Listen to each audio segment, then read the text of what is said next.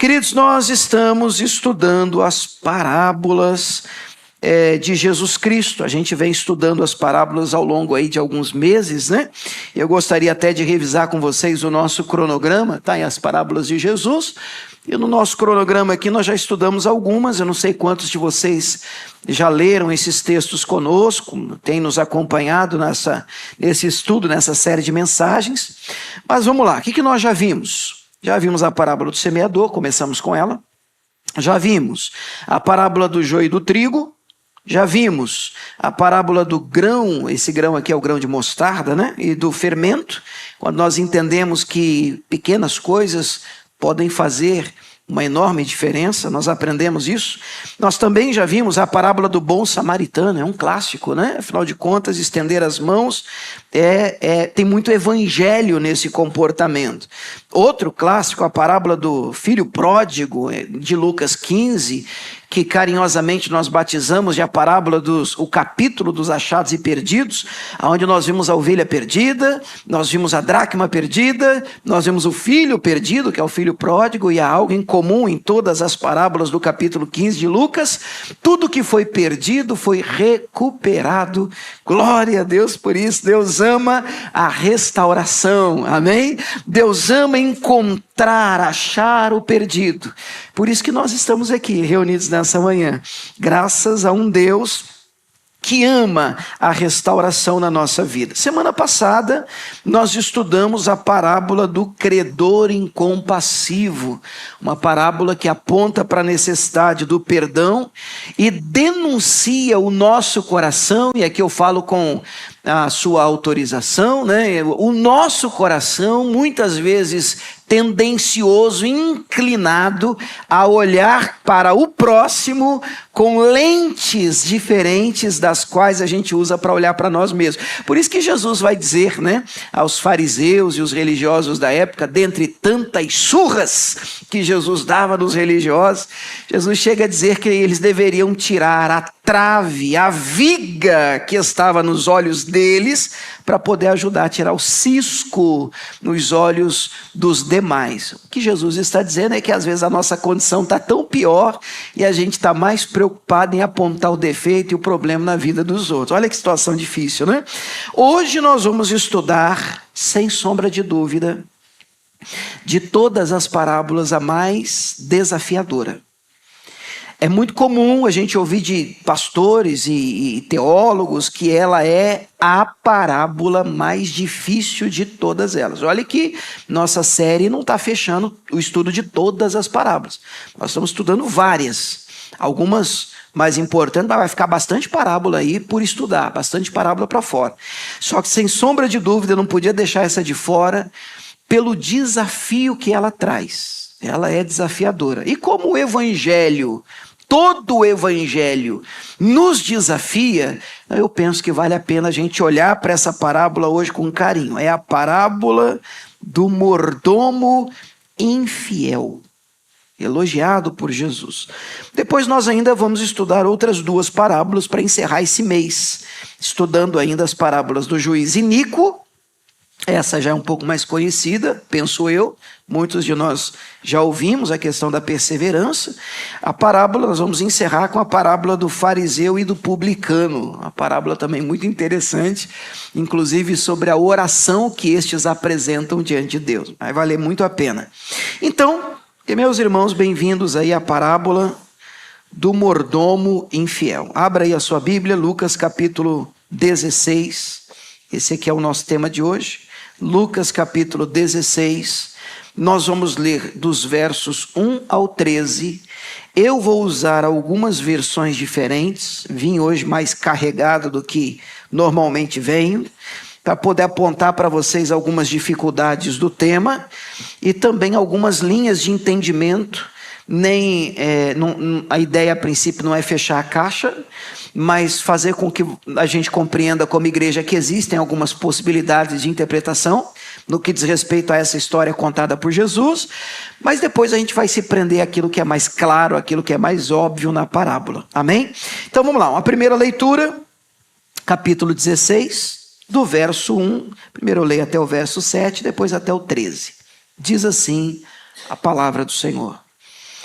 E dizia também aos seus discípulos. Perceba isso, né? Porque esse é o endereço da parábola.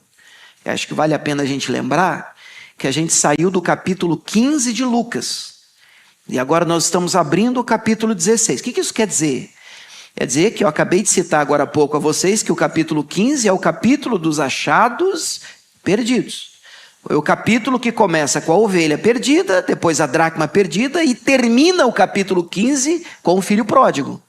Então é nesse clima, você sabe que de forma original a Bíblia não foi dividida em capítulos e versículos, então nós estamos falando de um mesmo rolo, de um mesmo livro, a ideia continua. Só que o canhão muda. Enquanto o capítulo 15 Jesus abre falando com os fariseus e respondendo à crítica deles, porque Jesus comia com os pecadores, porque é assim que começa o 15, agora Jesus redireciona o canhão. E o capítulo 16 abre com Jesus falando aos seus discípulos. Você percebeu isso? É assim que está no verso 1. Dizia também, quer dizer que tá lá, tem mais gente, não tem só os discípulos. Ele continua a conversa, sai agora o foco dos religiosos e Jesus afunila para os discípulos. E o que Jesus diz para eles? Havia um certo homem rico, o qual tinha um mordomo, um administrador. E este foi acusado perante ele de dissipar os seus bens, de gastar os seus bens, de acabar com os seus bens. E ele, chamando-o, disse-lhe: que é isso que eu ouço de ti? Que conversa é essa que está chegando no meu ouvido da maneira como você está administrando o que é meu? Eu estou ouvindo que você está gastando de maneira errada o que é meu. Que conversa é essa que eu estou ouvindo de ti? Presta contas da tua mordomia, porque já não poderá ser mais o meu mordomo, o meu administrador. Você está de aviso, entendeu? Você vai ser mandado embora. Vamos fazer um acerto. E eu não quero mais você tomando conta do que é meu. E o mordomo disse consigo: que farei? Pois o meu senhor me tira a mordomia. Cavar eu não posso, serviço pesado não dá para mim. Mendigar eu tenho vergonha. Sincero ele é. Sincero ele é. Mendigar, pedir esmola para os outros, eu tenho vergonha. Eu sei o que eu vou fazer. Para que quando eu for desapossado, mandado embora, despedido da mordomia, da administração, me recebam em suas casas. Já sei.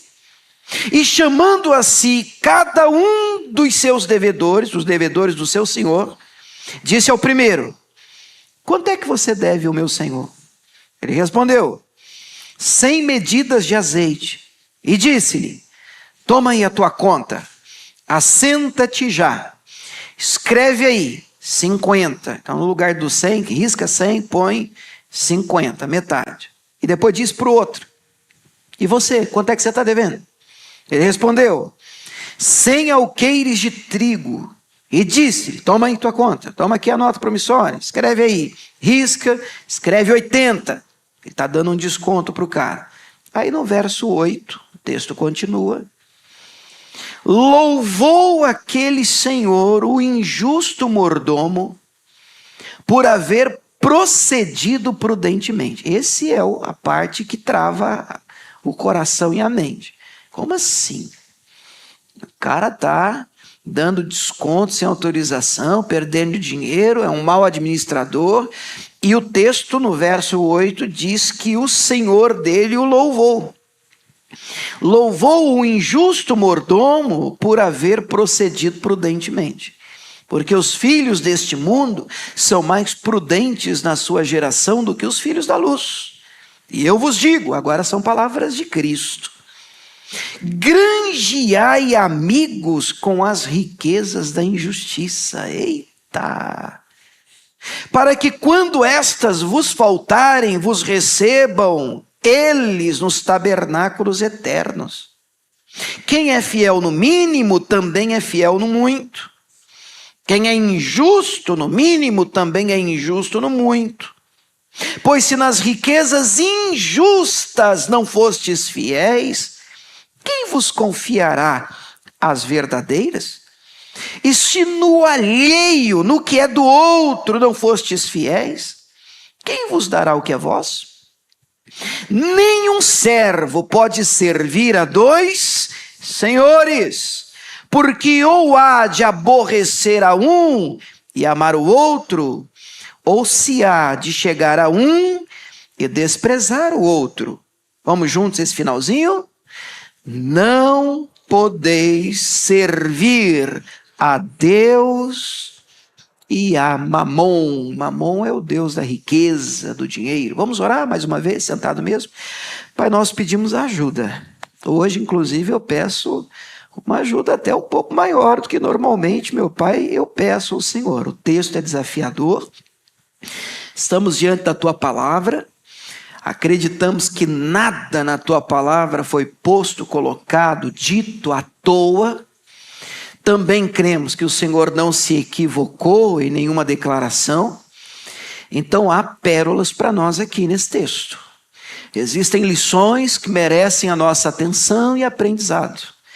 E meu Deus, com estas lições eu penso que nós podemos crescer, desenvolver, cruzar aqui essa porta quando este culto terminar e viver, praticar o que o Senhor está hoje tentando nos ensinar. Meu Deus, eu oro também com ousadia, pedindo ao Senhor que nos desafie nessa manhã, que mexa conosco, coisa que só o Senhor sabe fazer. E se necessário for, e muitas vezes é, e o Senhor nos confronte, nos coloque contra a parede, à luz da Tua palavra, e nos faça nos perceber, nos enxergar a necessidade de mudança, de transformação, e principalmente da maneira como nós tratamos a mordomia cristã. Oramos e Te agradecemos em nome de Jesus. A igreja diga amém. Amém. Pronto, bem-vindos a mais um desafio. O evangelho é desafiador, irmãos. Evangelho de Jesus, e eu sempre que posso digo isso aqui, Jesus diz umas coisas que são muito difíceis. A gente mesmo vem de uma parábola sobre o perdão, é uma parábola desafiadora. Uma parábola onde Jesus fala que nós precisamos perdoar. E Jesus nos ensina a orar nesse sentido, no Pai Nosso, dizendo que nós só seremos perdoados no mesmo nível que perdoamos. Então, o perdão acaba sendo uma bênção condicionada. O que isso quer dizer? Eu só recebo se eu der. Então, eu preciso perdoar para ser perdoado.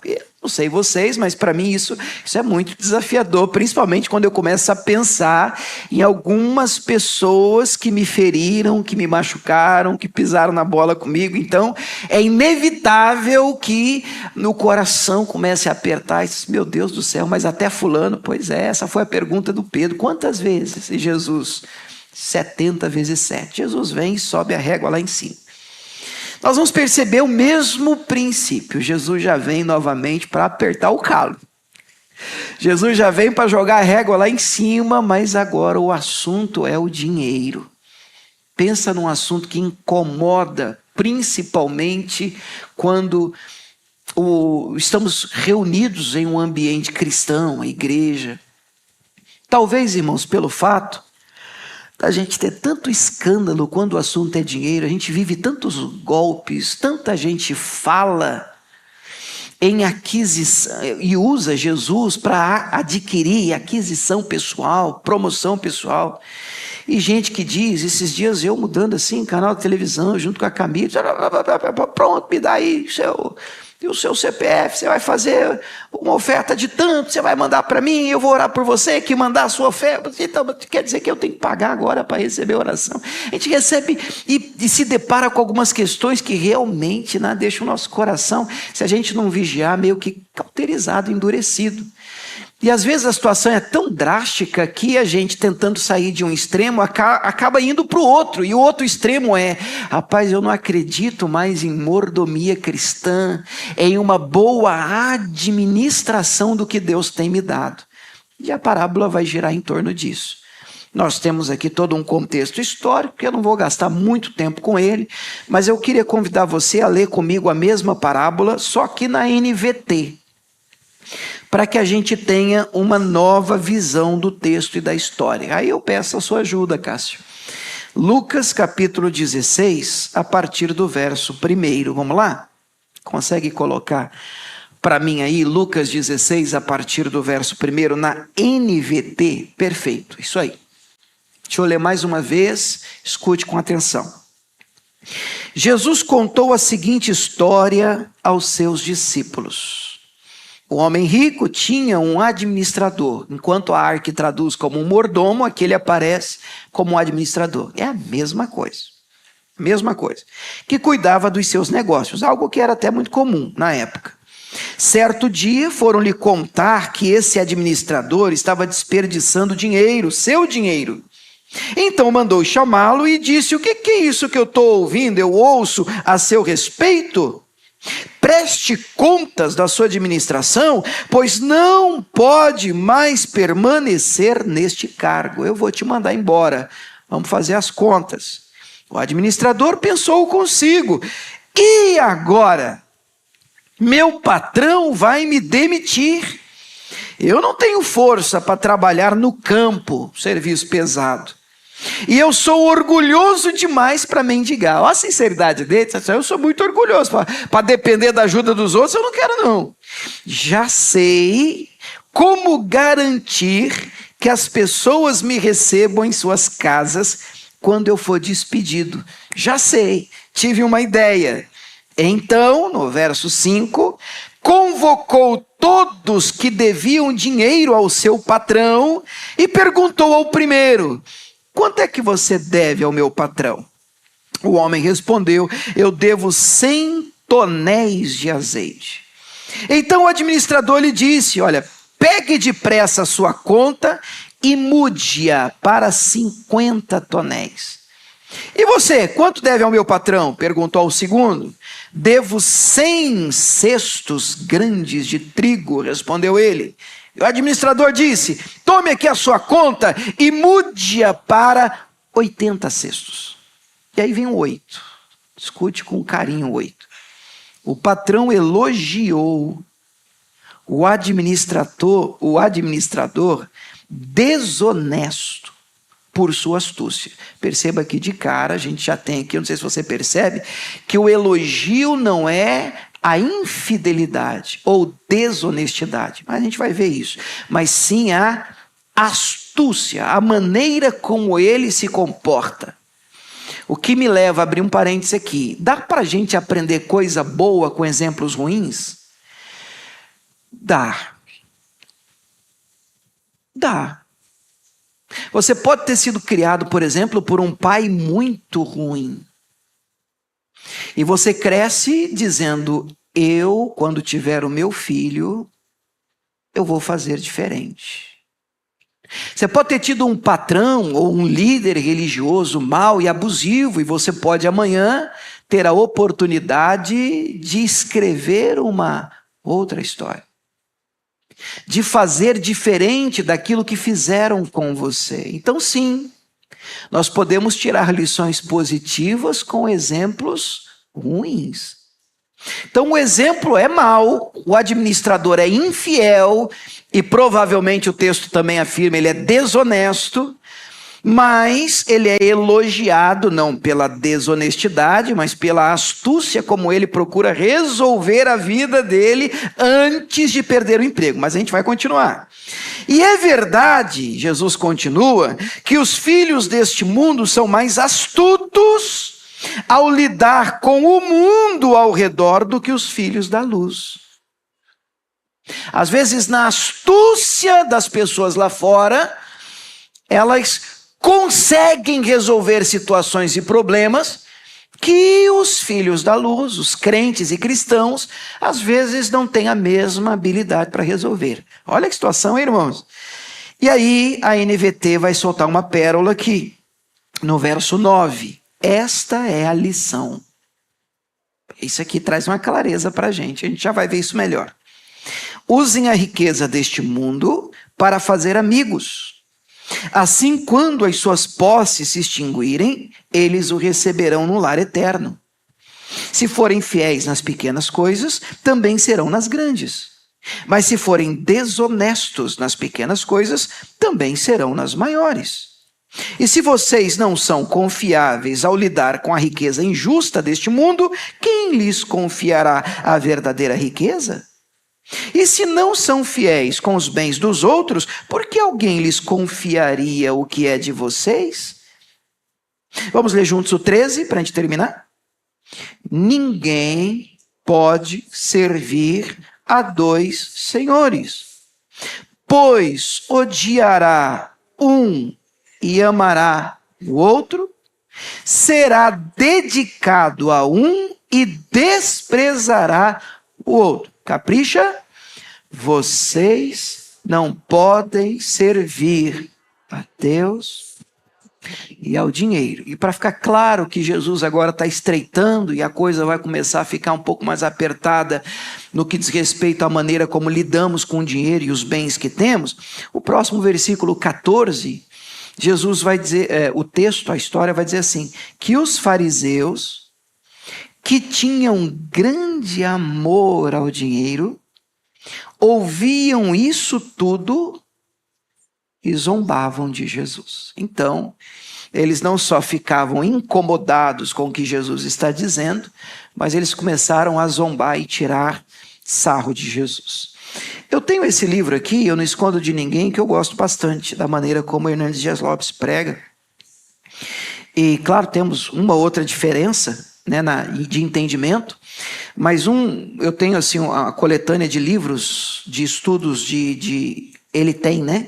Livro por livro explicado. Esse aqui é o Evangelho de Lucas e são comentários que ele tem. Fiz questão de colocar aí até a página, para aqueles que quiserem aprofundar no assunto, página 473 desse livro. Hernandes Dias Lopes faz o seguinte comentário: o texto em apreço é considerado uma das passagens mais difíceis de interpretar da Bíblia. Por não ter o entendimento correto da parábola, alguns intérpretes chegam a dizer que Jesus elogia a infidelidade do mordomo e nos recomenda fazer o mesmo. Perceba, não é a posição dele. Ele está dizendo que tem gente que lê isso e entende equivocadamente, erroneamente, Jesus está elogiando a infidelidade dele. E isso não é verdade. Não pode ser. Nós não podemos estar diante de uma história, nos parece muito óbvio, mas a gente tem que partir do óbvio. Nós não podemos estar lendo uma história em que Jesus está dizendo, é isso aí, vocês têm que aproveitar, só balão nos outros, o que vale é você crescer, passando a perna nos demais. Lógico que Jesus não está validando a desonestidade. A Bíblia é um livro que valoriza a honestidade, a retidão, o compromisso, a palavra dada, firmada. Jesus chega a dizer que não precisa nem jurar agora o ideal é o vosso sim, sim, o vosso não, não. Então a palavra, principalmente do crente, ela tem que ter peso, ou pelo menos deveria ter. Apertou a mão, combinado não é caro. Eu falei que vou fazer. Eu falei é assim, não é mais ou menos assim, é assim, porque o cristão trabalha com a verdade. Amém, irmãos? Nós somos filhos da luz. Então há quem leia a parábola, segundo ele, e entenda que Jesus está elogiando a infidelidade do mordomo e recomenda fazer o mesmo. E é claro que o senhor da parábola aqui, com S minúsculo, não elogia a infidelidade do mordomo. Então eu queria partir dessa verdade. Então você não pode ler ou me ouvir hoje, ou você que está em casa e pensar, então Jesus está contando aí, elogiando a infidelidade ou a desonestidade, é óbvio, mas mesmo sendo óbvio, é importante a gente afirmar que essa não é a ideia da parábola. Algumas outras ideias da parábola. Alguns pastores que eu acabei procurando, lendo, ouvindo, como Felipe Seabra, um pastor que aponta a possibilidade de cobrança de juros exorbitantes. E por isso o poder de negociação do administrador foi elogiado pelo seu senhor.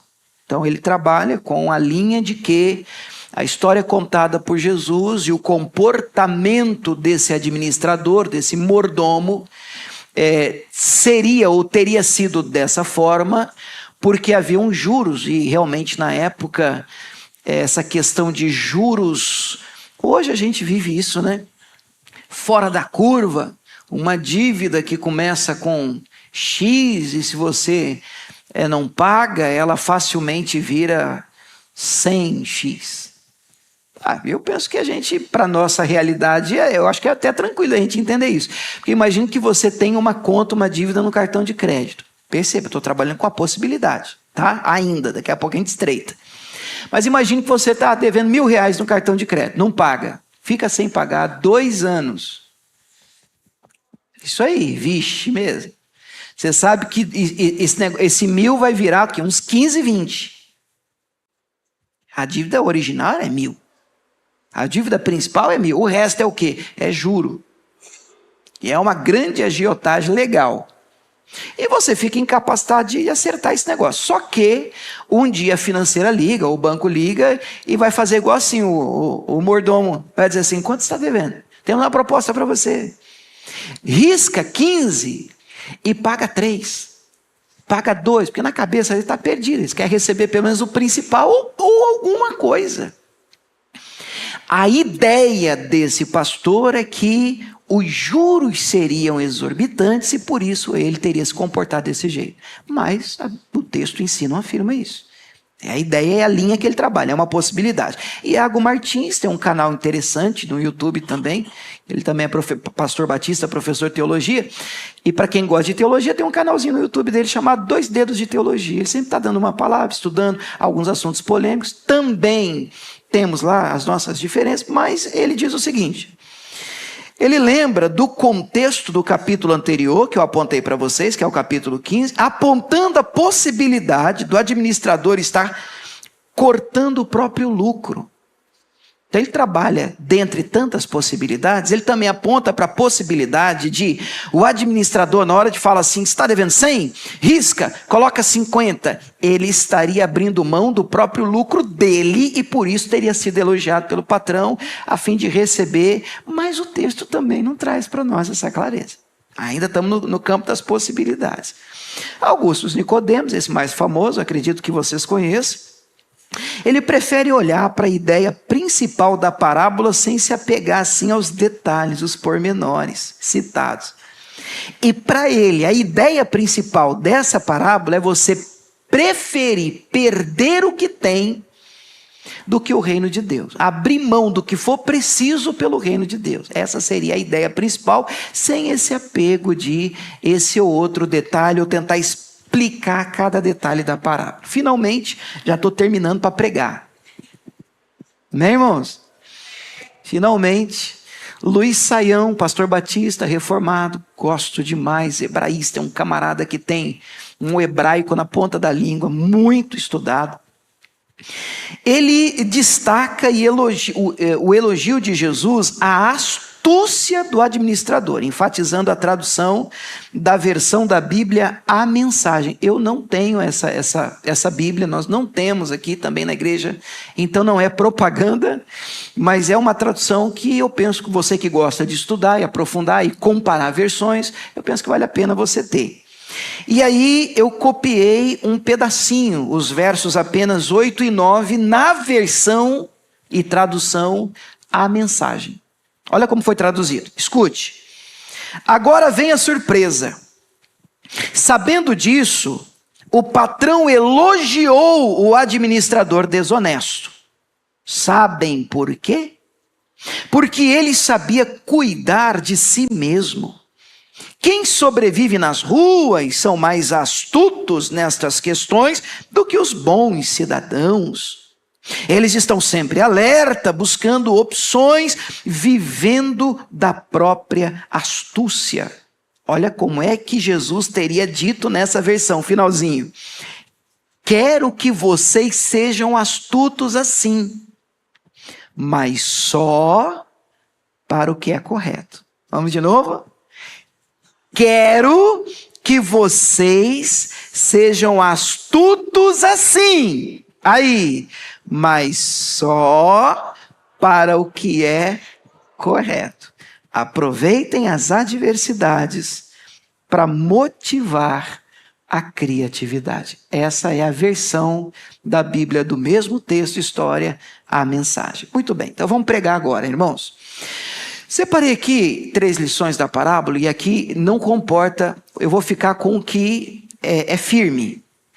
É o que a gente pode aprender e é o que a gente pode afirmar. Então agora a gente sai do campo da especulação, do que pode ser, ou de como algumas pessoas entendem, é só a título de crescimento, a gente tem um panorama geral, e a gente vem para aquilo que realmente o Senhor Jesus aponta, e são lições que não dá para a gente fechar os olhos para elas. Bom, então separei 3, são curtinhas, e nós já vamos orar. Número 1, é fato, é óbvio, é consensual, todo mundo assim enxerga. Nós somos os mordomos da parábola. Jesus está dizendo que está sobre nós, princípio de mordomia cristã. O texto, nos versos 11 e 12, na NVT, já está aí no telão para você, diz assim: e se vocês não são confiáveis ao lidar com a riqueza injusta desse mundo, perceba que é uma linguagem estranha, eu sei, arranha os ouvidos, faz riqueza injusta, é porque o mundo é injusto. A ideia aqui é de aquilo que a gente aqui conquista, não é que necessariamente a gente conquista passando a perna nos outros, mas o mundo não é justo. Não há uma justiça plena aqui. Por isso essas riquezas e muitas coisas que nós acabamos tendo, possuindo, adquirindo, crescendo, elas são injustas por conta de um mundo que é injusto, essa riqueza injusta deste mundo. Bom, se a gente não for confiável lidando com as riquezas que a gente tem no mundo, quem é que vai poder confiar a verdadeira, olhando para mim, quem é que vai poder nos confiar a verdadeira riqueza? Então a ideia do texto é, isso aqui é um teste. Nós estamos nesse mundo a título de passagem, sabemos disso, somos peregrinos, passageiros. E durante a vida e a nossa caminhada cristã, algumas coisas nos são confiadas. Deus nos confia algumas missões, pessoas, bens, dinheiro, posição. E a pergunta aqui é: como você tem administrado o que Deus colocou na sua mão? Essa é a pergunta. Deus te deu algo para você gerenciar, para você tomar conta. Você é patrão de quantos estão debaixo de você? Como você usa a sua influência nas redes sociais? Quem é você? Como você gerencia o que o Senhor confiou a você? Imagine Jesus sentando agora do seu lado, aqui nessa igreja, e você que está em casa também. Jesus puxa uma cadeira, ajuda o pastor, hein? Enxerga a cena, Jesus puxa uma cadeira, senta na sua frente, abre um livro e diz assim: eu quero que você preste contas comigo. O que você está fazendo com o dom que eu te dei? O que você está fazendo com as coisas que eu te confiei? O lugar onde eu te coloquei? O poder de influência que eu te dei? Os bens e riquezas que você possui? Como você tem administrado o que é do seu Senhor? Porque você pode estar aqui ou me acompanhando em casa e pensando: não, pastor, tudo que eu tenho é meu. Esse é um equívoco seu. Porque desde a abertura da Bíblia, em Gênesis, o homem foi colocado no jardim, e o texto é muito claro em dizer, para administrar e cuidar. Tudo que nós temos vem de Deus. Cada posição, cada poder de influência, cada pessoa com a qual você cruza e fala, e você diz, puxa, olha como Deus me deu uma habilidade, né? Eu junto uma turma aqui, eu falo lá na empresa, sabe, o pessoal, eles me escutam e tal. Pois é, Deus te deu essa graça de falar o coração das pessoas. Mas o mesmo Senhor que nos confere bens, dons, graça, talentos, como lá, a parábola dos talentos em Mateus 25, voltará para uma prestação de contas. A pergunta aqui é, o que é que você está fazendo com o que Deus te deu? Essa é a pergunta. Vocês estão me acompanhando? Estão me olhando estranho? Bom dia. Tudo bem, irmãos? O evangelho é desafiador, né? O que é que você está fazendo com o que Deus te deu? Essa é a primeira ideia, essa é a primeira lição. E uma vez nós tivemos aqui, eu acho que foi uma reunião de colaboradores, né, pastor Miguel? Você falou de mordomia cristã? Foi num culto ou foi nos colaboradores? Falou um pouco sobre mordomia cristã. Nós somos mordomos e administradores do Senhor. E a Bíblia? E afinal, o que é mordomia cristã? Na internet você vai encontrar bastante definição. Eu defini assim. Mordomia cristã é a consciência de que o que eu tenho pertence a Deus e deve ser administrado de acordo com a vontade dele. E que eu terei que prestar contas de como eu usei esses recursos. Eu tenho 2 filhos e é muito comum, nós pais, a gente faz afirmações assim, né? Eu tenho, é o meu filho. É lógico, é uma força de linguagem, é meu mesmo. Mas eu leio esses textos e corre dentro de mim uma verdade muito grande, sabe? A Bíblia diz, os filhos são do Senhor, herança dele.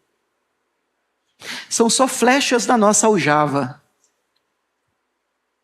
O Senhor Deus te deu, te responsabiliza em criá-los por um tempo, e você se torna um mordomo de uma casa, um hotel em que eles nem pagam.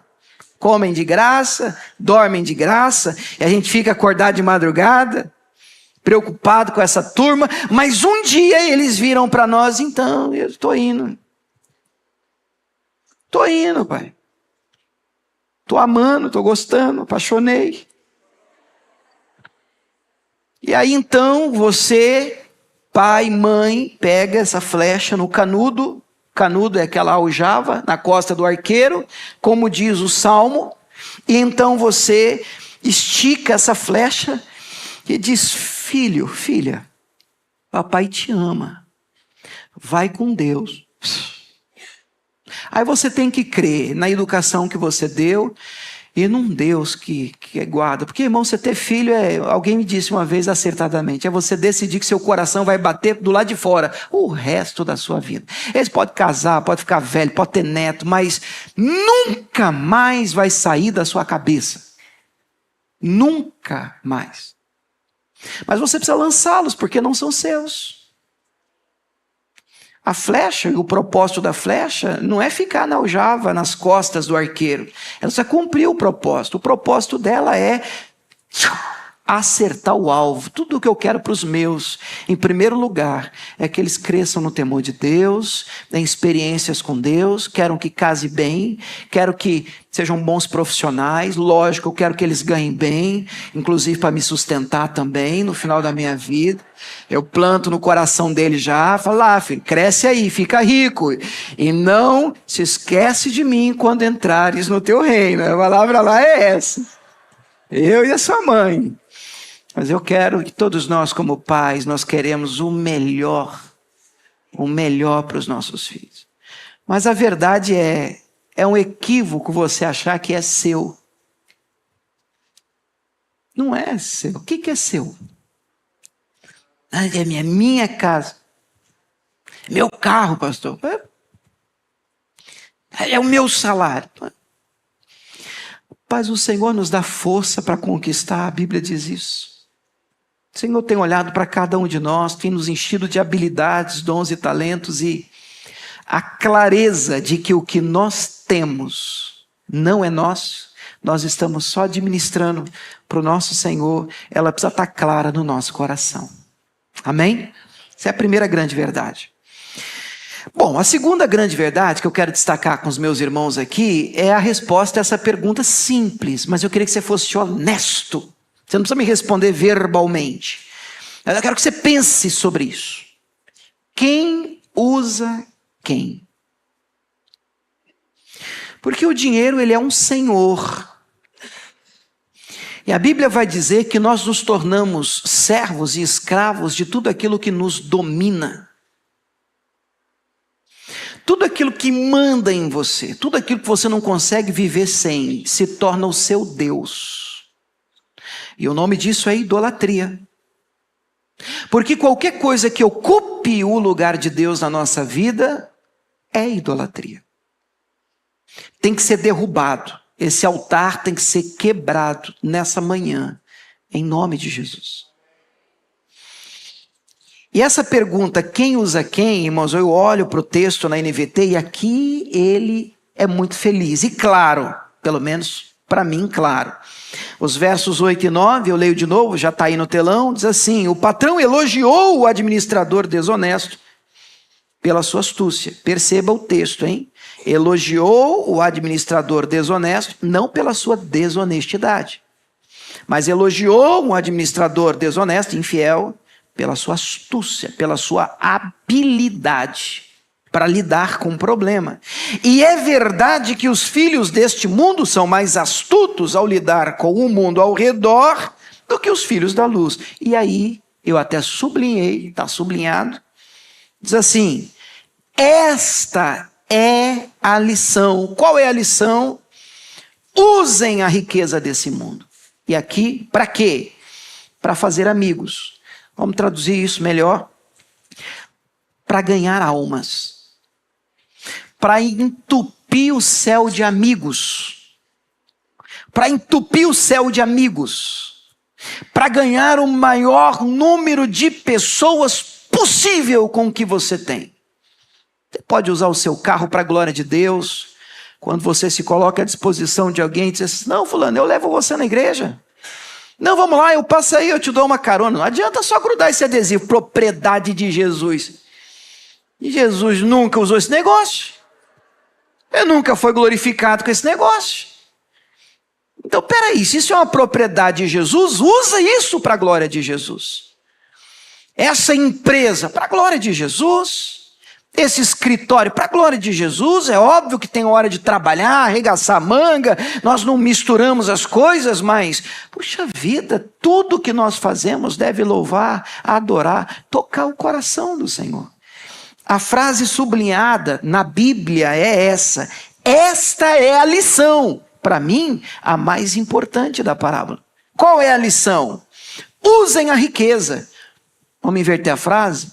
Não permita que a riqueza te use. Então a pergunta é: quem usa quem lá? É o dinheiro que usa? Sabe como é que os jovens escolhem? Irmãos, por favor, tá? Qualquer coisa você ora por mim. Hoje é dia de Enem, a gente está em oração pela galera aí, né? Oh, mas sabe como é que a turminha escolhe hoje emprego? Sabe assim, concurso público, abriu, aí abre o concurso. Aí o que nós vamos fazer? Vamos lá. Aí eles vão assim, deixa eu ver aqui, ó, epa, paga 3 mil. Eita glória. Aí vai andando, 6 mil. É isso que eu vou fazer, 6 mil. Aí vai passando, eita, 9 mil. É esse concurso que eu vou fazer. O que é esse concurso? Sei lá. O que isso faz? Não faço ideia. Depois eu vejo, depois eu aprendo. Por quê? Porque o que me domina, o que manda em mim, o que me dirige é Mamon.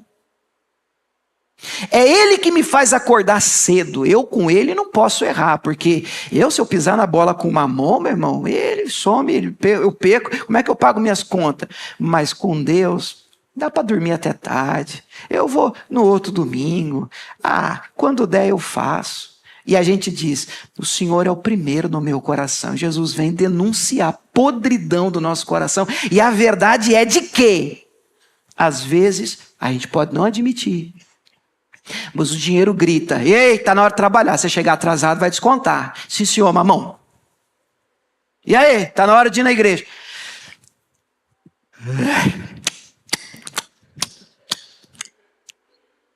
Quem usa quem lá? Quem manda em você?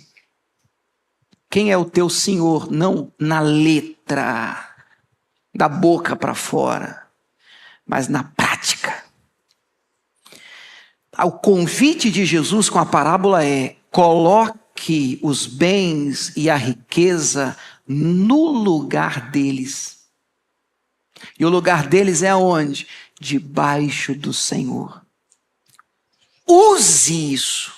Use o dinheiro. Não deixe o dinheiro usar você. Porque aí é bênção para a sua vida. Use os seus bens. Use o que Deus te deu. Mas use, é você que manda nele. É você que subjuga ele. É você que diz ao que Deus te deu: eu é que vou usar você. E você vai tocar vidas. Você vai tocar o reino. Você vai ajudar a povoar o céu. Eu vou entupir o céu. Vou fazer amigos com as coisas que eu tenho conquistado aqui nessa terra injusta. Você entendeu a ideia? A terra é injusta, mas eu vou usar estas riquezas daqui, desse mundo passageiro, para povoar o céu, encontrar amigos que eu conquistei graças à mordomia cristã que Deus me deu. Você pode dizer amém por isso? Gente, é um exemplo, tem vários na Bíblia, mas é interessante a gente citar um exemplo bíblico do que é mordomia cristã.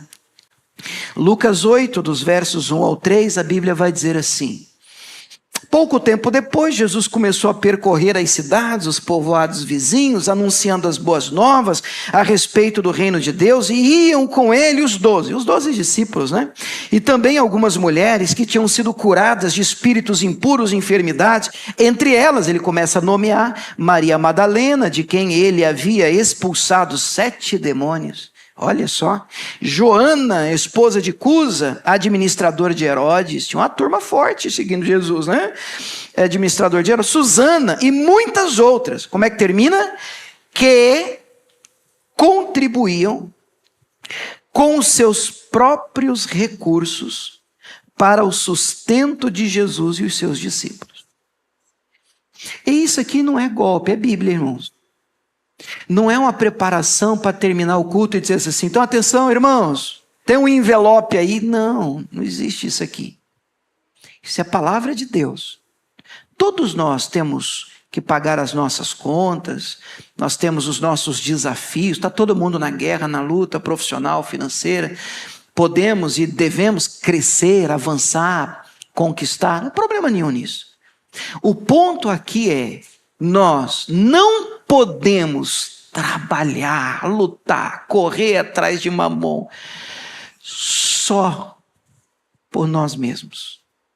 Eu quero juntar para mim, porque é para eu, porque é para mim, porque é para eu, porque é para eu, porque é para mim, porque é para mim, porque é para eu. Não, isso é muito pouco.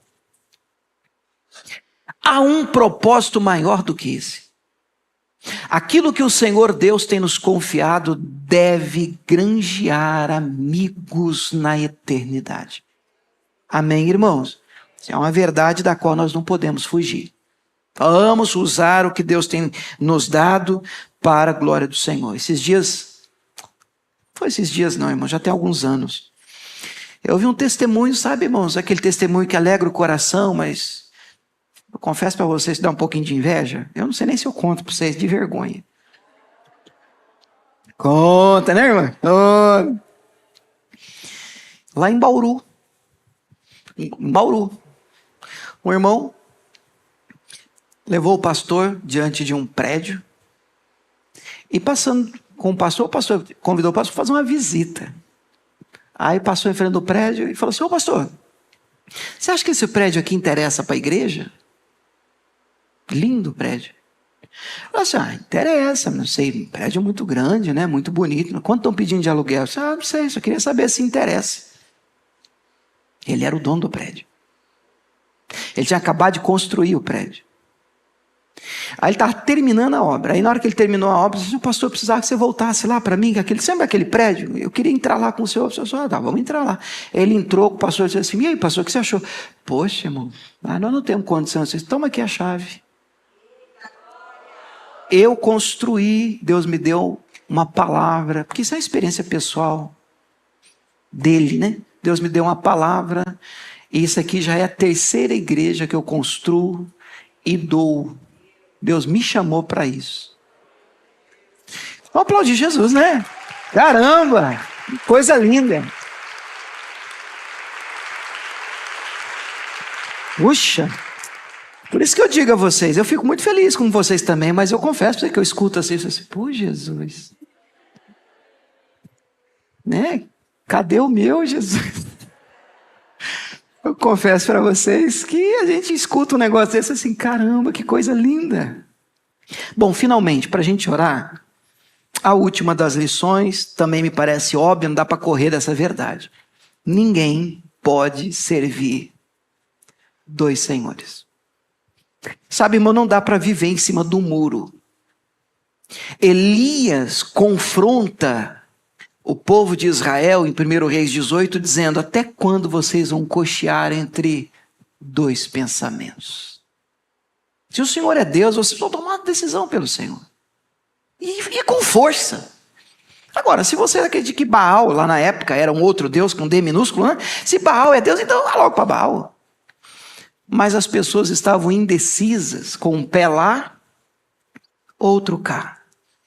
Lucas 16:12 diz, se não são fiéis com os bens dos outros, e a gente precisa entender que dos outros aqui o bem não é nosso, o que nós temos é do Senhor. Por que alguém vai lhes confiar o que é de vocês? Então tudo isso aqui, irmãos, é um teste. O que temos e o que Deus nos dá, tudo é teste. E aí vem a frase, está sublinhada, destacada, ninguém pode servir a dois senhores. Pois odiará um, amará o outro, se dedicará a um, desprezará o outro. Vocês não podem servir a Deus e ao dinheiro. Mateus 6,33, nós conhecemos o texto. No verso 25, Jesus começa falando sobre ansiedade. Não andeis ansiosos por nada, olha para as aves do céu, olha para os lírios do campo. E aí culmina no 33, buscar em primeiro lugar o meu reino, justiça, todas as demais coisas vos serão acrescentadas. Eu penso que Jesus não está brincando quando ele diz, buscai em primeiro lugar. Primeira coisa que a gente deve buscar é o reino de Deus e a justiça divina. Irmãos, eu termino dando uma tarefa, um desafio, na verdade são 3, para a nossa comunidade, para a nossa igreja.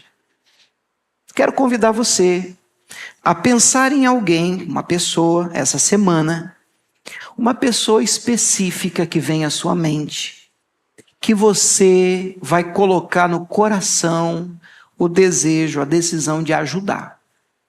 Alguém essa semana eu vou, dentro das minhas possibilidades, eu vou estender a mão para alguém essa semana. Pense em algum recurso seu que possa ser redirecionado para tocar o céu ou a vida de alguém. O que eu posso fazer com o que Deus tem me dado que possa tocar o reino de Deus? Finalmente, pense também numa ação prática para cuidar melhor da sua casa, melhor da sua família. Amém? Vamos orar? Sentado, fecha os teus olhos. Pai, obrigado pela tua voz e pela tua ajuda, Espírito Santo, que nos faz perceber que somos mordomos, administradores, responsáveis, ó Deus, em tomar conta daquilo que o Senhor nos tem confiado. E a pergunta séria, talvez a principal da parábola, é a seguinte: o que é que estamos fazendo com o que Deus nos deu? Esse administrador, que ele estava prestes, ó Deus, a perder esse emprego, este lugar, mas ele é elogiado não pela sua desonestidade, porque isso o Senhor não elogia, mas pela prontidão, pela astúcia, pela rapidez, como ele resolve as coisas e granjeia amigos, conquista os outros, já pensando em para onde ele poderia ir, quais amigos eles teriam depois de ser demitido. E então o próprio Senhor da parábola o elogia pela sagacidade. Meu Deus, nós podemos aprender com essa parábola que a administração, a mordomia cristã nos pertence. Ajude-nos, e nós oramos em relação a isso, a ter um coração generoso, mas mais do que isso, a ter uma clareza no coração e na mente de que tudo aquilo que possuímos não é nosso, tem dono. O Senhor só nos deu a oportunidade, a honra, o privilégio de tomar conta por um tempo, e mesmo assim um tempo breve nessa terra, daquilo que o Senhor nos tem dado. Por isso nós pedimos sabedoria, pedimos que nos conduza em prudência, pedimos que nos ajude nas decisões que envolvem os nossos bens, a nossa casa, a nossa família, a nossa igreja, a condução desse ministério, principalmente, meu Pai, na vida financeira desse lugar. Meu Deus, que nós possamos pensar sempre no outro, no próximo, sem a ideia de construir um reino, uma torre de Babel, a fim de que o nosso nome não seja espalhado, quando essa não é uma obra que lhe agrade. Nós queremos construir algo que toque o seu coração, e o Senhor ama vidas, o Senhor se importa com pessoas, o Senhor quer que a gente granjeie amigos, o Senhor quer que a gente povoe o céu. Obrigado pela tua voz. Nós oramos, te louvamos, em nome de Jesus. Você pode aplaudir o nome dele? A ele a honra e a glória.